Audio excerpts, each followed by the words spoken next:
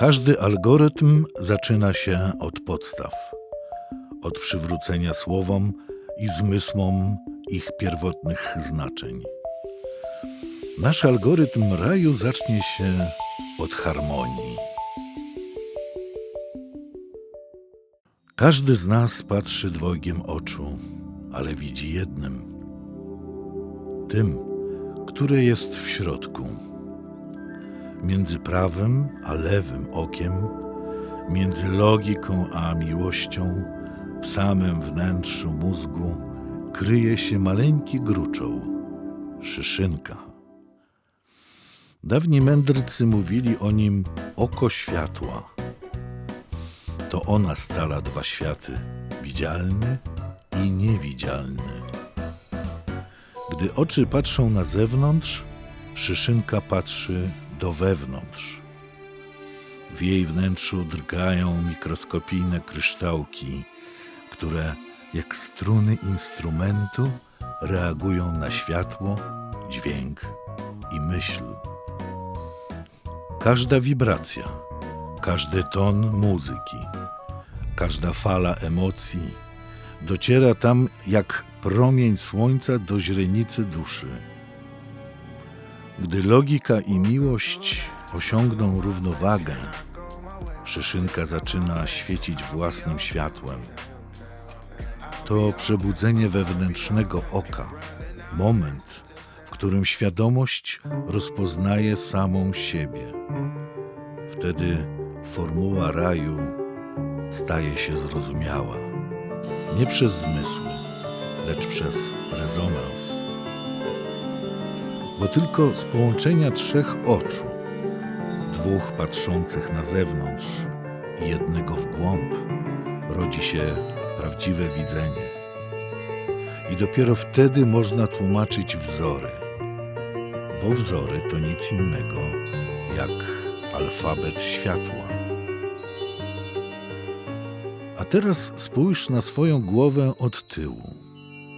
Oko, które widzisz jako prawe, przenosi logikę lewej półkuli mózgu, chłodną kalkulację, myślenie liniowe, porządek i ład.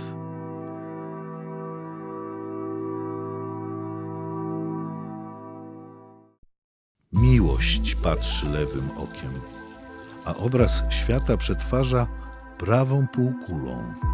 To tutaj mieszka twórczość, abstrakcja, emocje, żal i nadzieja. Tutaj rządzi nieliniowość, chaos, wrażliwość.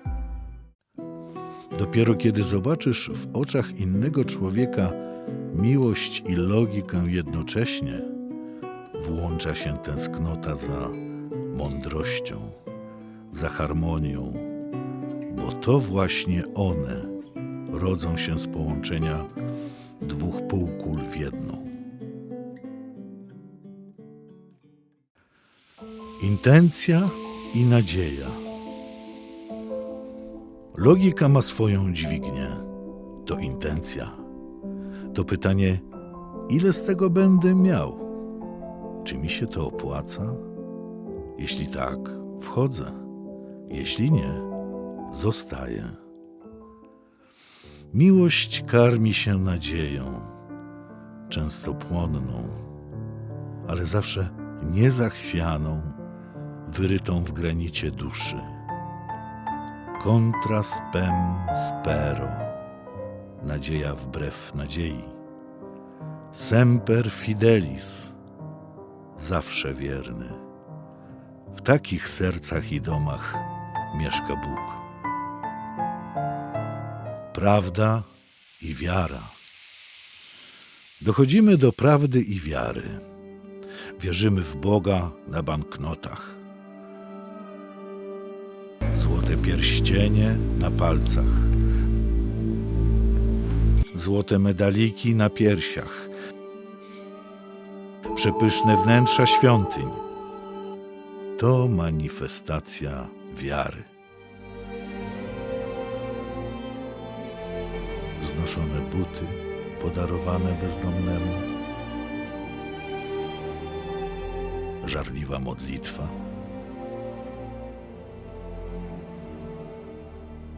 Staruszka oddająca wdowi grosz niepełnosprawnemu. Wielogodzinna kontemplacja. To prawdziwa wiara. Kto i kiedy wpadł na pomysł, żeby liczyć, ważyć i mierzyć energię miłości? A może to był wspólny pomysł ludzkości? Nikt dziś tego nie dojdzie, ale nie o to chodzi. Chodzi o prawdę, stąd ułamki. Iluzja. Iluzja to nasz wzajemny dar. Każdy z nas widzi świat inaczej. Przekłada swoje przekonania, obserwacje i przemyślenia na literaturę, filmy, memy, komentarze i plotki. Dawniej popularyzacja płodów myśli była ograniczona do esencji. Dziś, jako zabarwiony wrzątek, rozlała się rzeką dzięki nowym technologiom. Nie wiadomo już, co jest prawdą, a co iluzją. Stąd nasz wcześniejszy wzór. Rzeczywistość równa się prawda plus wiara plus iluzja. Po przekształceniu iluzja równa się rzeczywistości bez prawdy i bez wiary. A prawda? Według podstawowego wzoru prawda to rzeczywistość bez wiary karmionej iluzją. Stąd więc ułamek oddaje istotę przesłoniętej iluzją prawdy. Po skróceniu daje wynik 3. Cyfra 3 ma znaczenie, bo w tej grze na planszy umieszczono 6 pionków. Są to ciało, rozum, serce, dusza, wiara i prawda.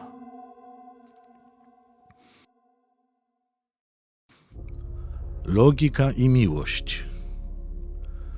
To rozgrywka pomiędzy wiarą i prawdą, między logiką a miłością, które razem mogą tworzyć harmonię. Niech filozofię, naukę mądrości osądzi królewska matematyka. Być może wspólnie wykrzesają iskrę mądrości, która odmieni bieg losu. Prawda równa się rzeczywistość. Ten wzór nie obejmuje tajemnicy absolutu, bo tam, gdzie absolut wymyka się formom, rodzi się i sztuka, i przemoc. Wojny religijne, ideologiczne i egoiczne w ostatnich 3 stuleciach pochłonęły 150 milionów istnień. Konflikty wciąż trwają. Rzeczywistość przypomina nam, że absolut nie mieści się w obrazie. Można szukać go jedynie w ciszy, w akcie ufności i poddania. Ale jego kreacje możemy odczytywać jako drogowskazy. Jeśli nadal dręczą cię wątpliwości, popatrz na morze, na horyzont, na prostą kreskę, która dzieli niebo i ziemię, i zastanów się nad swoim człowieczeństwem.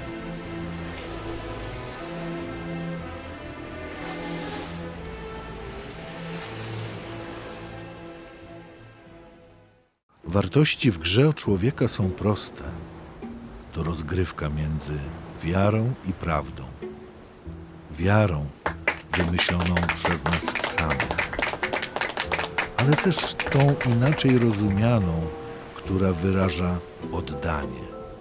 Na planszy jest też prawda. To, co namacalne, niepodważalne i wieczne. To jednocześnie pojedynek pomiędzy niebieską logiką i czerwoną miłością, pomiędzy zrozumieniem złożoności świata, a wdzięcznością za jego istnienie i poddanie się mocy, która czuwa i chroni. Światło jako cyfra 3, bo warunkuje istnienie i ekspansję ciała, rozumu i wiary.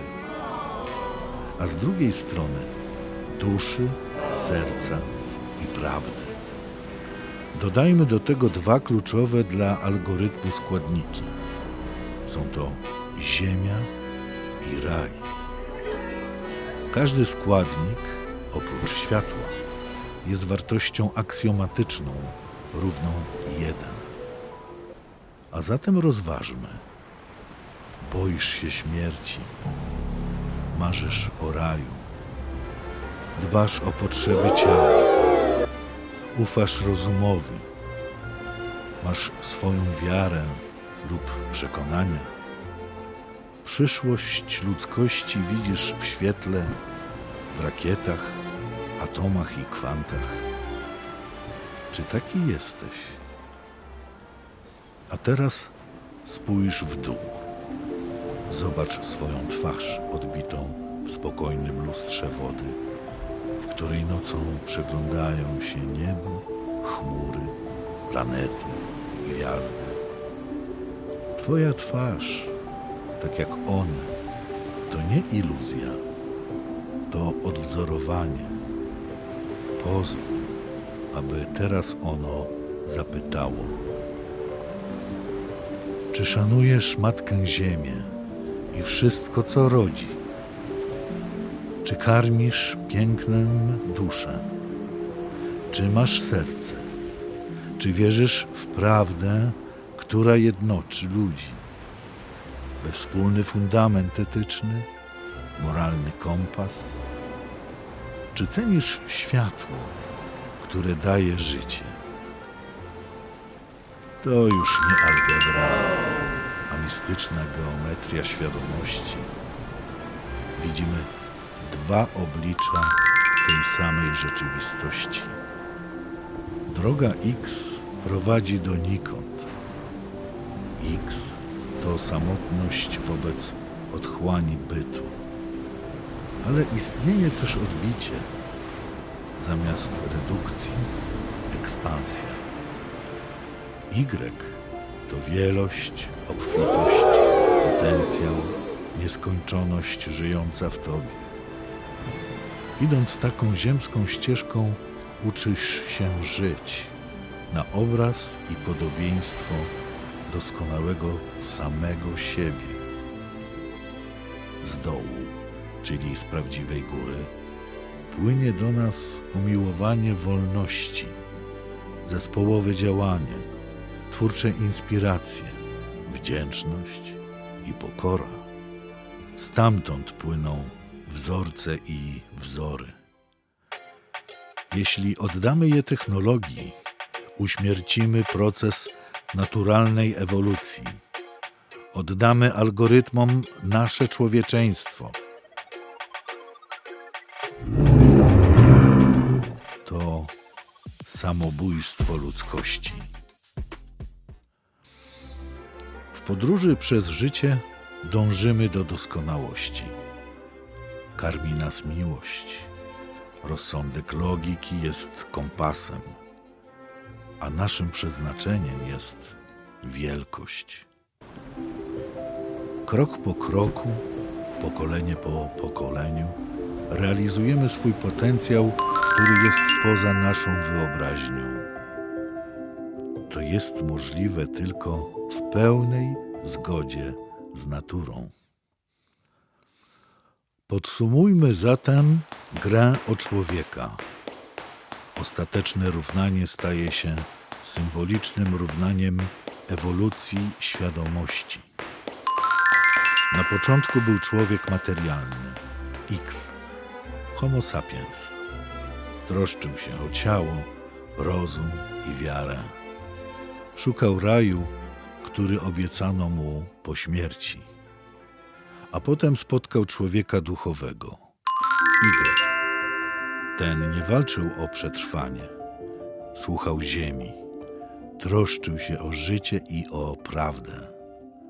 Ze zderzenia tych postaw zrodziła się nowa istota. Nie szukała już Boga. stała się instrumentem w dyspozycji mocy. Z prostego działania rodzi się nieskończoność.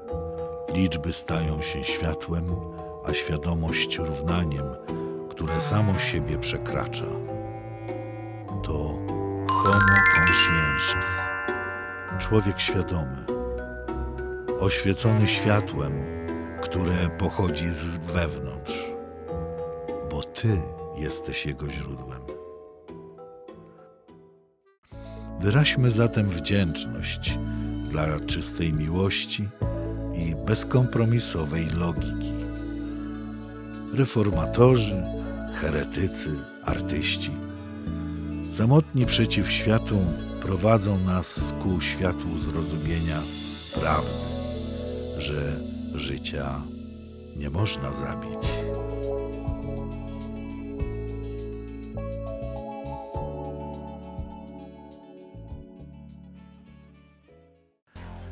Teraz już wiemy, jak wielki może być człowiek. Poddajmy więc pod osąd siły, jakie nami kierują.